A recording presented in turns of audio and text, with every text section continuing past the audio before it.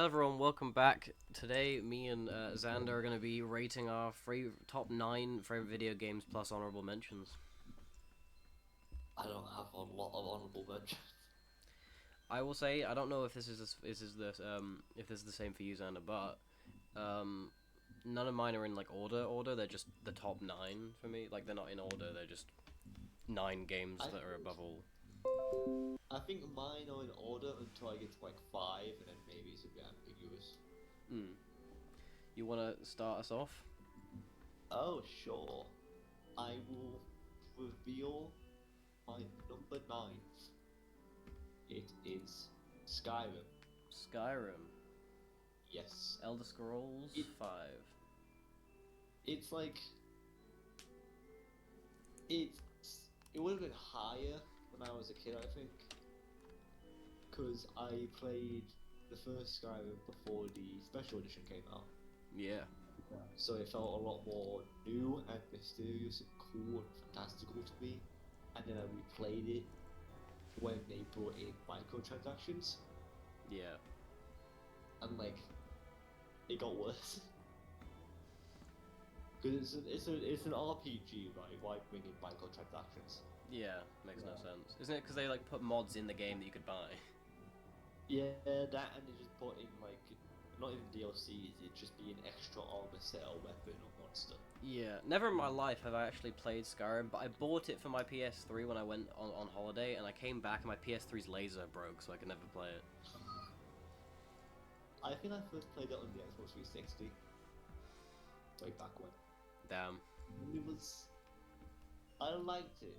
I was a kid that I could never really get far, but I liked it. Yeah, the only thing I've ever played was Oblivion, and I never finished it. I never got that. But Okay. it still holds a special place in my heart. Yeah. So that's your number 9. Just a minute. Yeah. Good. My teeth. Well, that's good, because then I can talk about mine when you get back. Okay, I'll be back.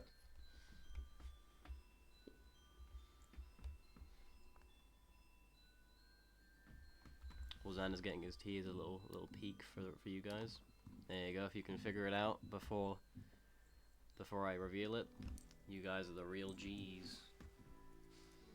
Also, yes, this is the Polish flag, and no, I won't be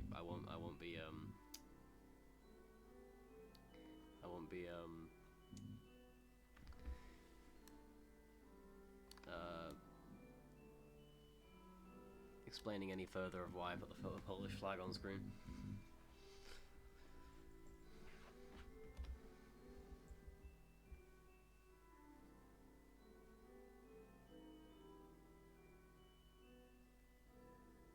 If you're interested in what we're using Photopia, which is up here. Uh, it's very good. It's what I used to do my thumbnails.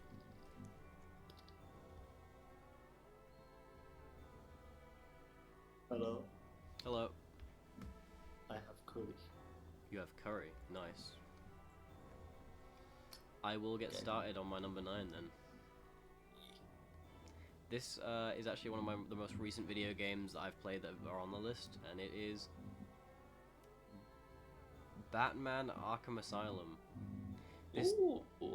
this does encompass all of the Batman games, but my favorite has to be this one. Though the series itself is my favorite video game series I've ever played. Okay. I, having only played the last one, can't really say much. It's just But really good. when it comes to gameplay and story, probably one of the best games I've ever played. Yeah. If I were to describe it to someone who's never played it, it would literally just be, it makes you feel like Batman. Yeah. Now, now you sound like the IGN guy. I want to really feel like Spider-Man. Yeah, it just makes you feel like Batman. And I have played the new Spider-Man game, and the only thing it has on this game is movement, and even then, it's not actually that much of leaps and strides ahead, in my opinion. Yeah. Because I mean, you don't get the spider car, so you don't get the Spider-Mobile. You'll get that in the fourth game. But yeah, no, it's definitely it's really good to just get into, and it's really easy Yeah. to get into too. So that's why it's my number 9. Shall I go on to my number 8 then? Yep.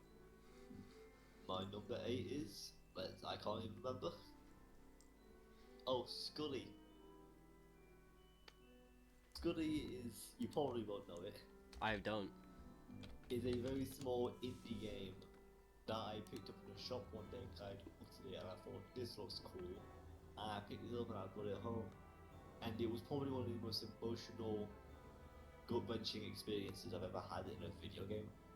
That's weird because I just looked up some stuff and it looks like he plays like a fucking rock person.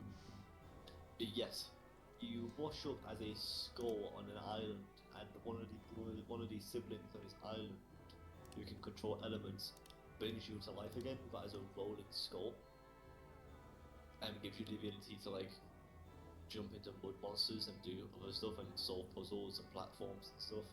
But like, it's more about the story of the game, having to repair the relationship between these distraught siblings. Ah. You can control fucking elements. So it's more like a story puzzle game. Yeah. That sounds good. Part of me wishes I put King's Quest on this list, but I didn't really play a lot of King's Quest. Yeah, we did this right before I started playing Final Fantasy VII. And I think that might make it on the list if it really is as good as everyone says. But we don't know. So that's your number 8. Yeah. Okay. I've already forgotten what all mine are, so this is a surprise for both of us. Next one is Terraria. Oh, I would have thought that was higher.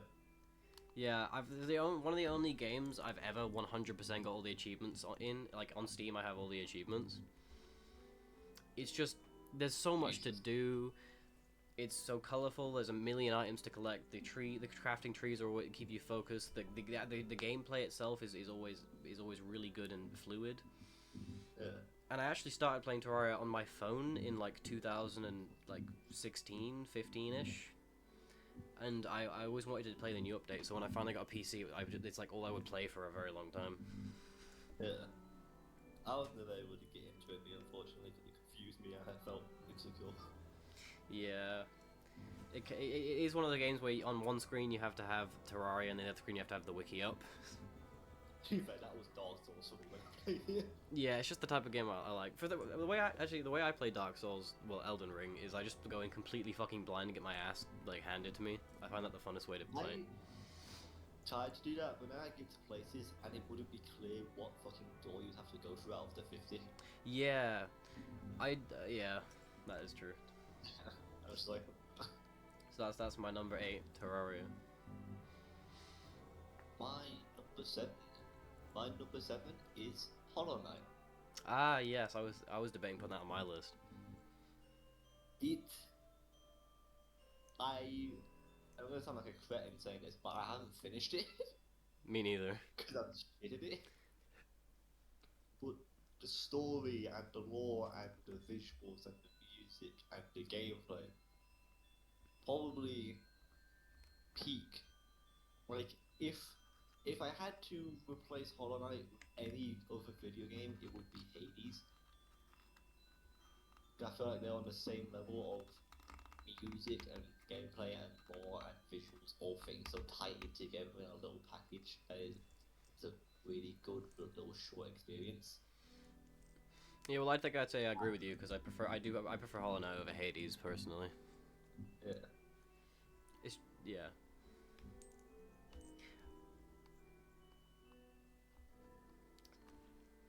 So what is your number? What's my number 7?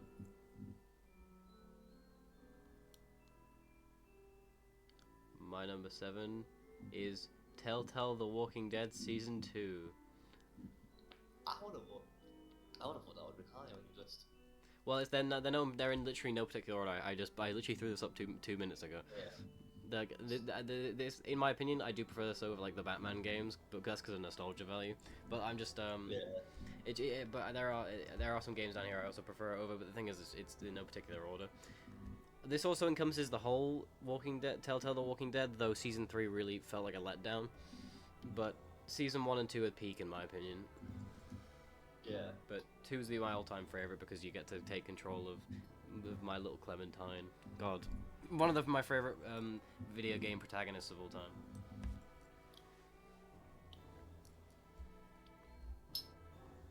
I still need to play the rest of the first season.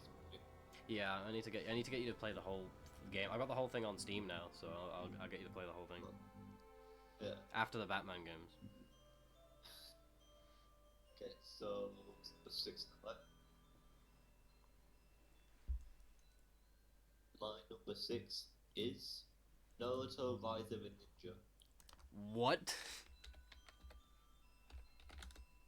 Listen, have you ever played the very first game of that series? I've never even heard of it. You know the Naruto games, the fighting ones, the mainstream ones. You kind of are you talking about like the Street Fighter type ones, where you just like Yeah, basically, you go on a big circle, there's a big circle arena, you're fighting. yeah. It was the first one of those, the first one they ever did. So things are a lot different. There's an actual story. There's, well, like actual story they try to interpret through cutscenes and shit, and not just fucking screenshots of the anime. Yeah. And like, you can go around as Naruto having to build up relationships with actual relationships with villagers through side quests, and actually learn how to do certain jutsus. And I believe that and the second game are the only games where you can do certain jutsus by moving the thumbstick. Oh, so you actually have to do like the tiger, the snake, the rat. Yeah, like you move the two thumbsticks to do certain hand signs. Oh, that's really cool. Yeah, and like certain areas are only unlockable. Like you can go to a place, but you can see a place that's only unlockable by getting a different jutsu or a higher version of your jutsu. Oh yeah, no, that sounds like the perfect Naruto game. Yeah. Let me guess, you play on the Xbox 360. Yeah, it was on the Xbox 360 and I played it years ago, and then I played the next one, and I was so disappointed because I was like, where are literally all the mechanics that made me love the game? Like, they got to Shippuden and they were like, nah. Yeah, I mean, I always see anime games falling flat. Like I bought One Piece World Seeker, and that shit was horrendous. There is a lot of unfortunate, what are they called? Quick time events. Hmm. But they pushed them well into the story, and it's normally only when like the big like giant summons are used, like Gaara, Naruto with the fucking frog. Yeah, the sage, great sage frog. Yeah.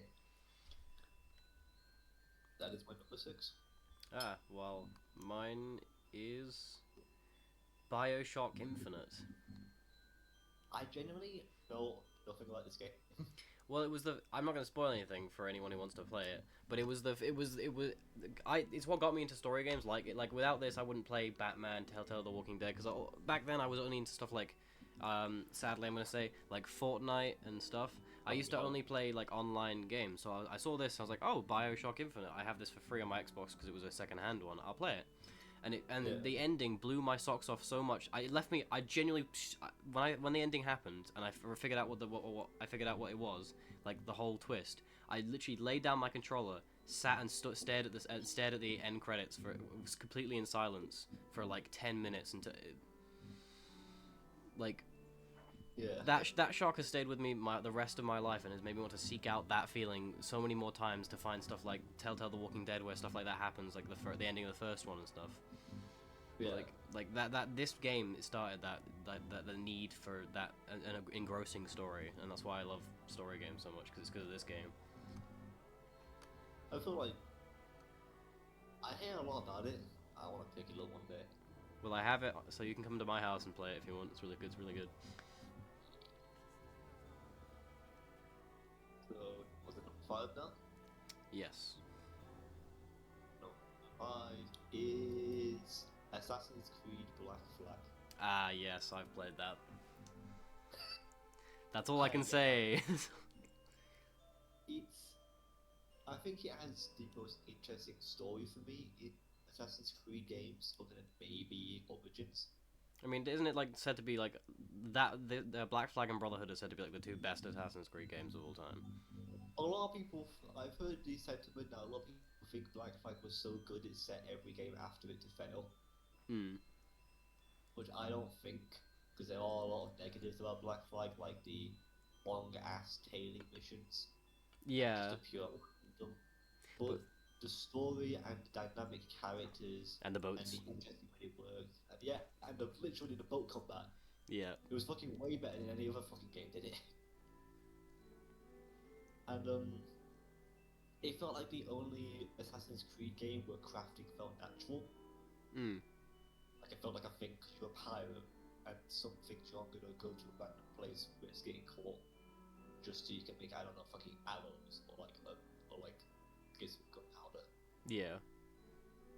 And I think I think it introduced me to my love of like I guess like story games.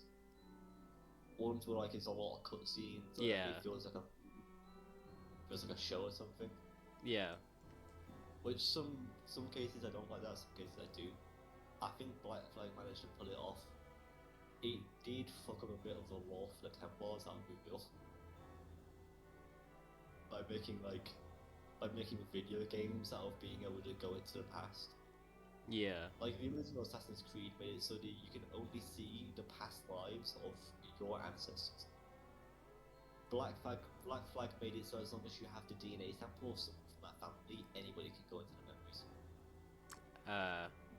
Which felt weird, but fortunately, the only slow part of the game was the black part, but the rest of it picks it enough for me to love it. So Mm. Yeah, I think I need to get into the Assassin's Creed games. Everyone praises them heavily. they're good. Well, my pick for the next is Titanfall 2. I'll be real. I know even littler about it than Bioshock. Basically, in my opinion, this game has one of the best movement systems in any game I've ever played. And Yeah. I've played Ultrica. Like it's really good. It's so fluid. It makes you feel like an actual soldier.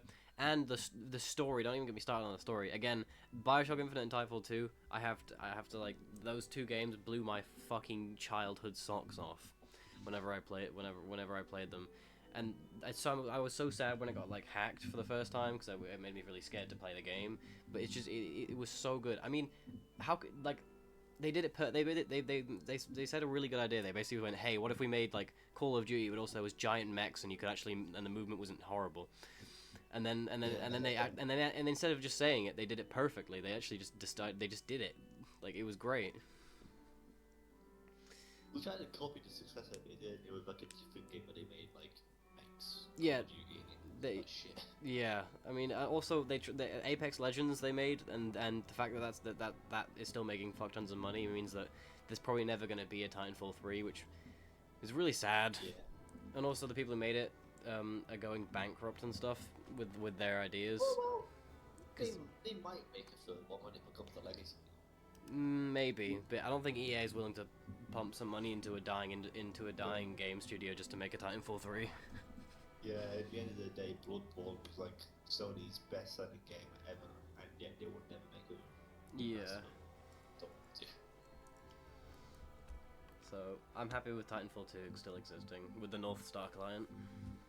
better to have the original shitty copy. Number 4 now? Yep. My number 4 is Dark Souls 3. Oh, you've been playing that one really recently. Yeah, this could also be tied with Firewatch. Ooh. So if you don't mind, I might have to go over both. Yeah. Okay. Black, I almost said Black Souls. Dark Souls 3, I think it struck itch in me recently. It scratched an itch where hard video games felt defeatable. It felt like I went into a challenge and my fuck up is the reason I died. Not this enemy has some shitty moveset. Yeah. That plus the visuals and the world and the lore they leave so ambiguous but give you enough hints to fucking yearn for them. is so mysterious and incredible and just great, and the characters feel so natural. Fucking hell, the voice acting. Probably some of the best voice acting I've seen for a specific game ever. Like, I think maybe Red Dead Redemption beats it in voice acting by a fucking small margin. Damn. Dark Souls 3 lost Game of the Year to Overwatch. Yeah, I was pissed about that. What the fuck? I bet you know. I'm saying this now, guys. I don't know what's on Xander's list. I bet you Red Dead Redemption's on it. Listen. I don't help me. But going on to Firewatch, its gameplay is lackluster, but because it's a story game completely and utterly, it is meant to give you an experience like no other. Its visuals, great. Its story, I almost cried.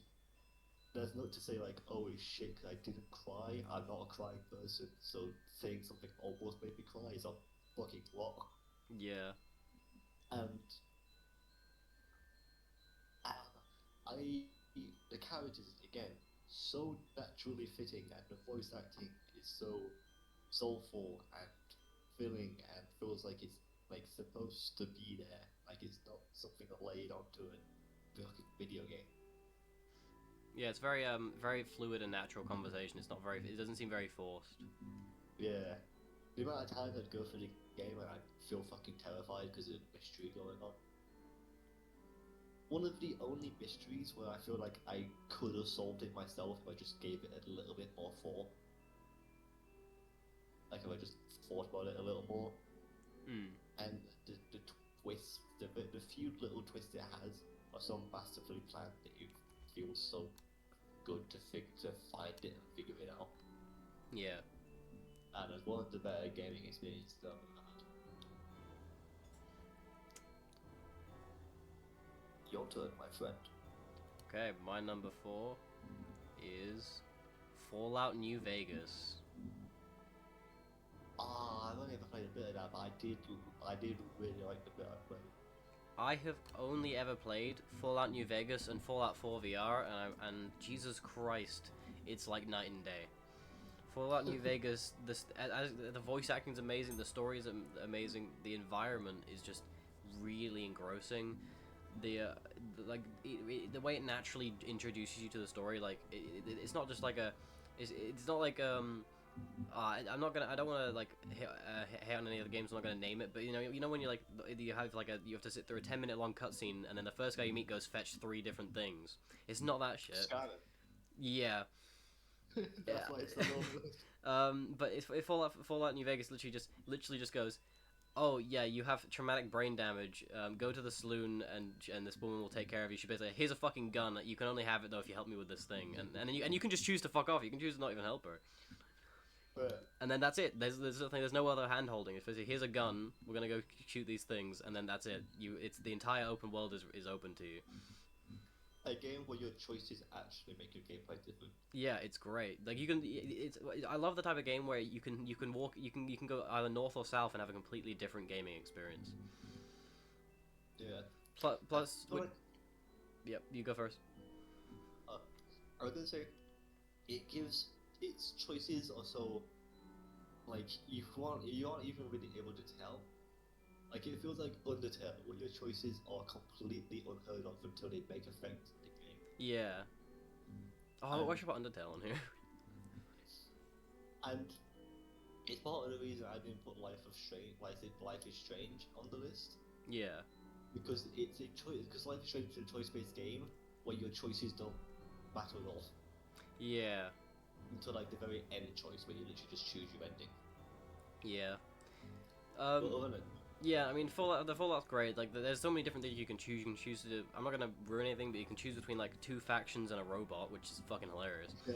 And it's really really cool. And yeah, and also the DLC is one of the best DLCs of all time. I mean, they literally created a character that made some people fucking religious. So. Is it the one where like I survived because the fire? Yeah. Inside people? Yeah. Like it's crazy. It's just such a good fucking game. Yeah. So yeah, that's why I choose. That's why I chose it. Good choice, my son. Now it's yours. Okay. Number three. My number three is you fucking guessed it. Ding ding ding. Red Dead Redemption 3. Yeah. It's Red Dead Redemption 2, it's you mean? You said 3. oh yeah, 2, yeah, sorry. Well technically it's 3. Yeah, but we're not. Yeah. Considering Red Dead Revolver's canon. But I don't think fair. It's one of the only games I think where it boasts a long runtime and fills that runtime with shit that actually feels like it matters. Yeah. Like you're developing your character, these side quests feel impactful and fun and again fun to do. As someone who has also played Red Dead Redemption, I will say, I'm just gonna say this out loud. Too much walking for me. Yeah, I can get that. Like, But I feel like the character interaction you have as you walk or travel makes up for it. I don't know. I feel like personally, I feel like it's a bit repetitive. But I can see the love behind just engrossing yourself into a different world and talking to the characters for several hours. Yeah. I love the I just love the characters. Yeah. And the fact that I fucking kill every single one that I loved. Yeah, I mean, Dawn, he's dead. I love Lenny, he's dead. I love Hosea, he's fucking dead. I also I like how it's like if you're doing it's a funny juxtaposition when people are like you're a good man, Arthur Morgan, and then I'm just like yeah, I just kind of made a guy get eaten by an alligator and then blew both him and the alligator up with some dynamite. Yeah, and it's not like it's. I like it because it's again, like you said, it's not like going off of what you said. It's not like people say, "Oh, you're a good man," and he's like, "Oh yeah, I am now. I'm great." It's like they say you're a good man, Arthur Morgan, because he's been good to them, but he knows everything else he's done. Yeah. And you can just see the fucking torment in his eyes when he thinks about like, "Am I a good person? Can I call myself a good man now?" I don't know. I love again the voice acting of I don't know his name. I forgot his name, but the guy who does Arthur Morgan's voice acting, especially in the sad moments where like he's crying, is fucking wonderful. Yeah. Like I think Red Dead Redemption is the only game that has made me cry like fully. Pussy. It's now. It's your turn, my friend. Mine will be Team Fortress 2. I expected this. My favorite first-person shooter of all time. I really expected this. Because it's not like... But first off, for games like Overwatch, which won Game of the Year, were based off this motherfucker. Like, it's so obvious. This thing led the like, it walked so that every other first-person shooter type thing could run. Like, starting with all these different characters. Instead of just having nameless faces that have different weapons, it's all characterized people. And then also, the thing I love about Team Fortress 2 is you can literally just hop into it, and it's not like a dedicated, unless you're like genuinely playing ranked, which the people don't really do these days. It's very hard to get into a ranked queue. You literally just fuck around. You can see when you play a game, you'll see one dude trying to try hard that you can go kill and stuff, and then you'll see like two people just next to each other with signs that have like furry porn on them, just having a conversation about life. And then there's just a spy randomly going around backstabbing people he doesn't like. It's the funniest shit. It's literally like walking into a high school whenever you play a game. It's not like playing a shooter. It's hilarious. It's like high school sitcom for high schools. And it's because obviously it's an old game. The only people left playing it are the dedicated community who actually care about it. Like you have the Uncle Topia, which is an actual. If you want to play competitive TF2, you go to Uncle Topia and play that type of stuff. Because that's a dedicated server by a YouTuber. And then if you want to go just fuck around, you actually just play the normal game, which is hilarious to me. That if you want to play it competitively, you don't play the normal game. You play a hosted server by a YouTuber. I thought they were making a remake. I don't think so. That feels strange. To be fair, I guess fucking Valve only works in 2, don't they? Someone was trying to port TF2 to the new Source engine, but that didn't really work very well. Why does Valve only work in 2s? I don't know. I don't. It's like they make 2 games and they're like, we peaked. Yeah. I mean, they technically made Half-Life Alyx, which I've played and loved, but like... But nobody counts that as the first game. Yeah. I didn't put any VR games in here on purpose, even though Boneworks would probably be on here, because I think I'd do my own VR list later on in life, when VR's gotten more popular. We are getting close to the end, my friend. Yeah, well, we do have honorable mentions still. Yeah. I've got 4 in my honorable mentions. What have you got in there? Hold on, let me check. 3. Okay. My number 2 is Sunset Overdrive. Ooh, I have heard of Sunset Overdrive. Yeah, because I've told you about it. In great extent. I think its theming, its art style, its comedy strikes an itch for me that genuinely affected how I view like comedy in video games forever. Like it changed what like Yeah, I'd say it was in the time. It's got a lot of meta humor in it, right? Yeah, like literally, like the amount of better humor would rival fucking Deadpool. Is this the game? I swear I've heard something about this game where you get like you like forge a sword in a fucking nuclear reactor or something. I'm not entirely sure. It's been so long since I played it, but it is a sword, so maybe. There's so much crazy shit that happens. You can get a fucking rocket launcher that fucking fires exploding teddy bears. Yeah, from the looks of it, because I pulled up some images on my side, it kind of looks like if Borderlands was meta humor. Yeah, its art style is somewhat similar. I don't think they were made by the same people. I think the people who made Sunset Overdrive, I forgot their name, are the same people who made the Spider-Man games. Which explains why his movement's so fucking good. I love the parkour in Sunset Overdrive.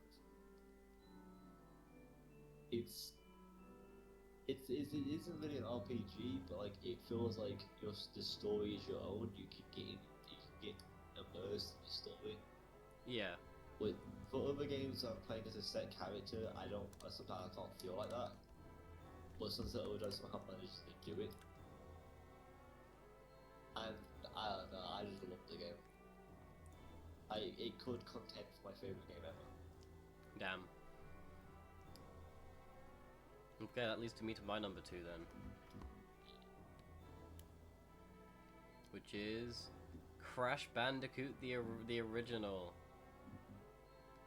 I think I played that as a kid, but I can't remember anything. I played this game so much as a kid that I somehow have no. I played it so much as a kid that I somehow have no idea of like the entire story, and yet I've beat the game on 3 different save files. Also, I'm pretty sure Crash Bandicoot had the one I played. Maybe it was like some sort of doctored one, but I remember there was like you could have like 100 save files. Oh, Jesus. Which is crazy for a game back then. It was on the I played it on the PS2, so I don't know. But I think PS2 just gives you its own save files. Yeah, I don't know. I loved it to absolute pieces. I still have it. I still have the disc. Like as soon as the new version of it, Crash Bandicoot, the rebooted version of it with I played that game immediately as soon as it came out. Like I loved it I love this game to absolute pieces. I'm surprised the cartridge hasn't like broken from any times I put it in the fucking PS2. Oh, sorry, the disc. It's definitely one of the better classics. Yeah, it's so good, and it's so difficult. It revolutionized gaming as a fucking whole. Yeah. Like what it could be. And also that fucking Bandicoot. I'm surprised they don't do more with Crash Bandicoot nowadays. Yeah, the IP really really isn't. Since they didn't make a lot of stuff past, the IP's kind of only relevant to people like the youngest people are like our age. Like Yeah. that's how like the relevancy drops to like a complete minimum whenever it gets people past our age because they just don't know about Crash Bandicoot. Yeah. So the IP just isn't really there anymore. But I don't know. The people who make it seem to still love the game whenever they make something new. Yeah, I mean, I remember when it was big when stuff like Crash Bandicoot racing was a thing. I had that on my PSP. Crash Bandicoot dual racing and stuff. I had the original Nitro Kart, yeah. Yeah, I remember. I loved it to bits. There was I had the one. I don't know if that's all. I've only ever played like one Nitro Kart, and I remember you had two people, and one had a gun turret, and the other one was driving. It was great. Did you ever play the fucking Ben 10 kart game? I did not. Was it good? Yeah, I kinda. I recently hit a nostalgia thing because I saw a thing on TikTok. I originally played the Ben 10 Wii game. Which one's that? I don't know. It's like a Ben 10 Wii game. I played it on the Wii, and I didn't. I had the memory unlocked recently when I saw a video of it on TikTok. I was like, holy fuck! I remember this. Can you choose like 4 aliens to? Yeah, you can be like Spider Monkey and like the pink crystal guy and stuff. Like, Yeah. yeah, it was pretty shitty, but I remember it and I liked it a lot. I remember getting to a fight with a friend about that game. So what's your number one then? My number one, Pokemon Black and White 2. Damn, I could have guessed. Specifically 2. And it's, I think it's all nostalgia. Yeah, I prefer Pokemon Emerald personally. But that's also probably nostalgia. I'll play that Pokemon Black and White 1 or better game. But when it comes to nostalgia, it was the first game ever gifted to me on like one of the first games that I played on the DS. And I think it showed me what actual love for a franchise can do to a game. Yeah.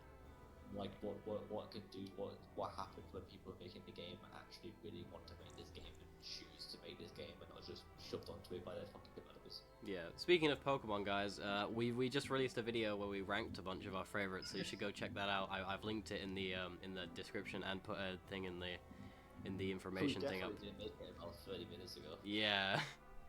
It was made last week, we swear. But I don't know, Pokemon Black and White 2 just started my whole Pokemon thing. Yeah. And then, but unfortunately, it went to 3D straight afterwards. Damn. Well, anyway, my next pick is fuck you. It's Life is Strange.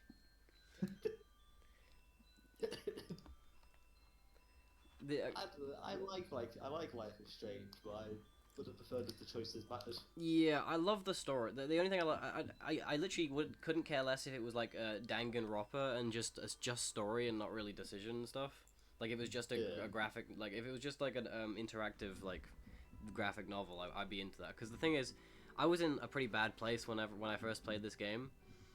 Yeah. And the ending genuinely had me in tears. I picked Chloe, by the way, if anyone wants to know. The ending, like, I don't know why, I just started crying. It was like, well, it wasn't like it was just like tears are rolling down your cheeks and you don't know why type of crying. Yeah. That, like, and it was like 3 in the morning, and I was just laying in bed, like, with my Xbox controller plugged into my computer, and I'm just like, Jesus Christ.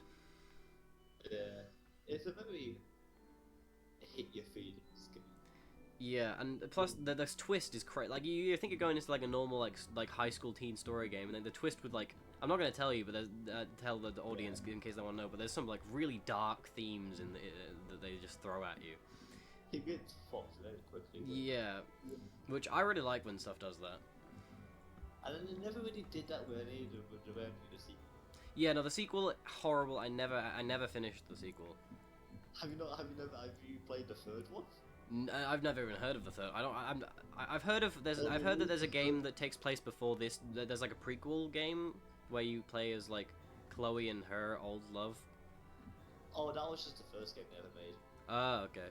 Life is Strange is technically the second. Oh, I never knew that. I just know that is one that there is. They made well, technically a fourth game, I guess, where the person's power is to see emotions. Jesus. Yeah, no, I just pretend that this is the only game that exists in the series.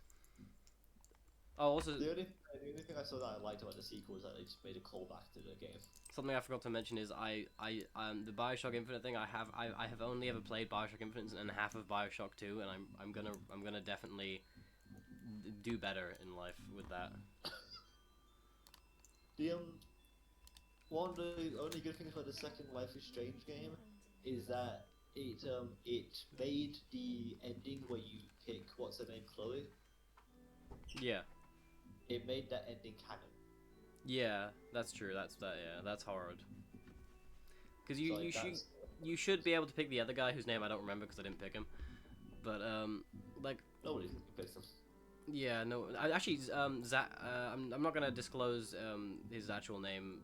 Actually, no, I'll just say his first name. Zach chose him. Why? I don't know. I asked him. He was like, "Nah. Why would I choose?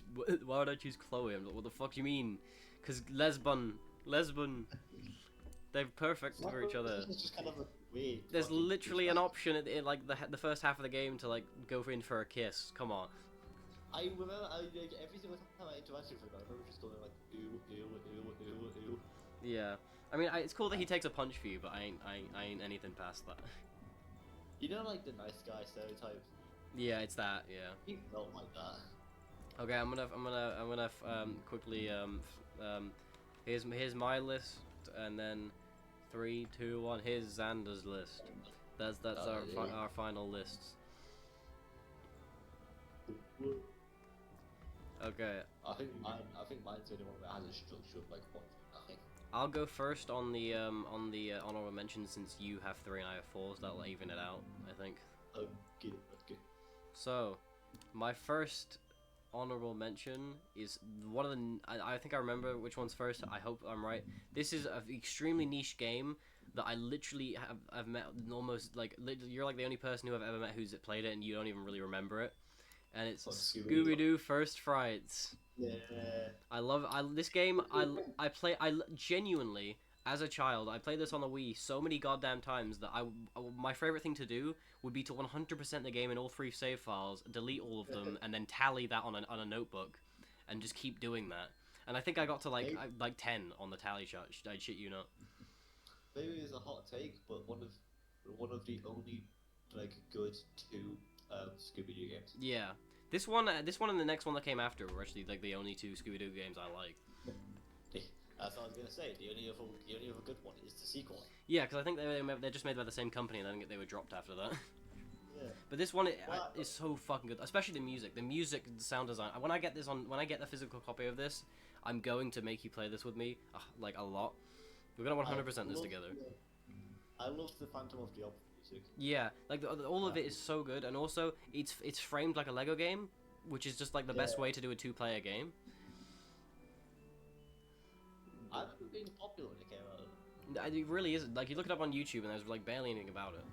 But yeah, no, like I have it on my DS, and they have cut out a lot. The sad thing is it's a DS version, so they've cut a lot of content. But like the base stuff is there. But I need to get. Right now I have my Wii.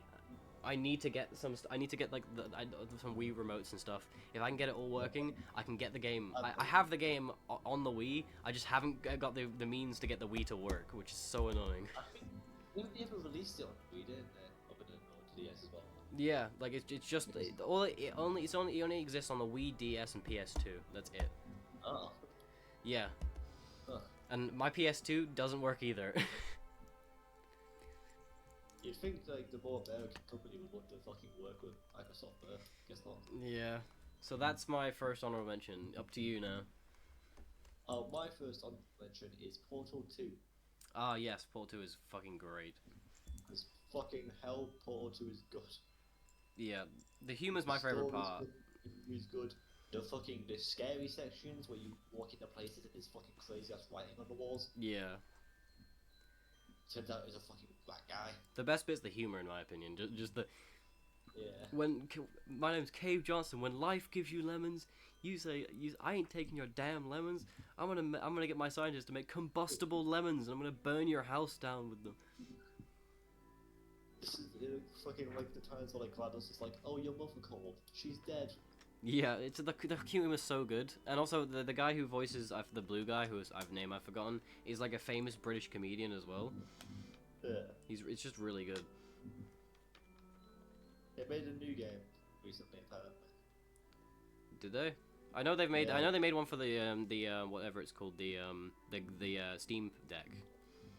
Yeah. Yeah. It's pretty. It's a good comedy. It's a good comedy game. It's very short though. Yeah. But well, it's short depending on how good you are. Yeah. It's also it is free, so there's that. Is it? Yeah, it's free. It's free on Steam, but the thing is, you have to use a Steam Deck to play. So that's why it's free. So it's something to come with a Steam Deck to incentivize buying it. Yeah. A little side note: I find it hilarious that they had to genuinely do a public announcement to not sniff the fumes that come out of the Steam Deck. Maybe don't make them toxic first. Like the people were apparently sniffing the fucking vents of the Steam Deck, and they had to go, please stop doing that. That could be toxic.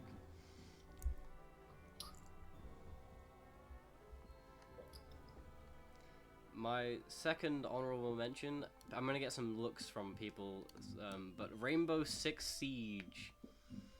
You're getting looks from me. My favorite first-person shooter, other than Team Fortress 2 and every other one on the list, because I feel like I have to put it in here because I have like over 5,000 hours on my like Xbox, and yet I never played ranked. Because ranked is too toxic for me, but then the casual, I basically only really played 1v1s with my friends. Like I only ever 1v1 people, and I loved it. It was really good.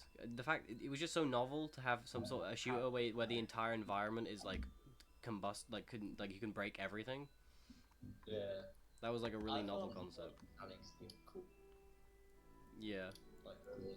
But these days it's horrible and oversaturated, and I haven't played it for a very long time.